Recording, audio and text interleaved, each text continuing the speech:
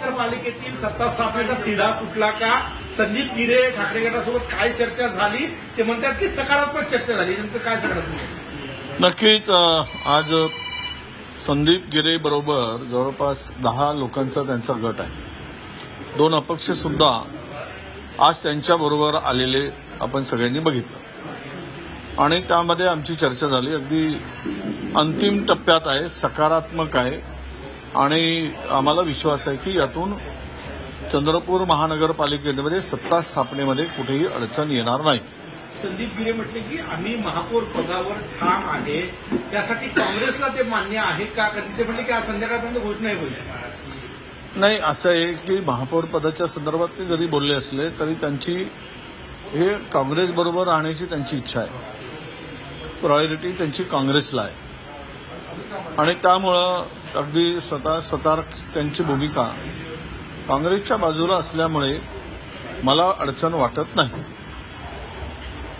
तुमच्यासोबत भाजपसोबत सुद्धा त्यांचं बोलणं सुरू असल्याचं तुम्ही सांगितलं. आज तुमच्यासोबत झालेली आहे. नाही, कोणाशी चर्चा, शेवट काय, ज्याला गरज आहे तो चर्चा करतोच.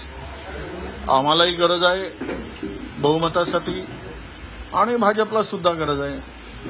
दोघांनाही गरज असल्यामुळे दोघेही चर्चेसाठी बोलत. शेवट अंतिम निर्णय हा त्यांनाच घ्यायचा आहे. त्यामुळे या सगळ्या परिस्थितीत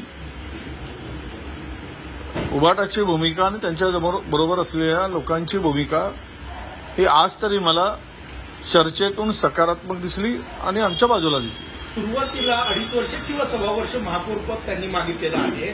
तुमचं हायकमांड सोबत जेव्हा चर्चा झाली तेव्हा ते महापौर पद धानोरकर गटाकडे.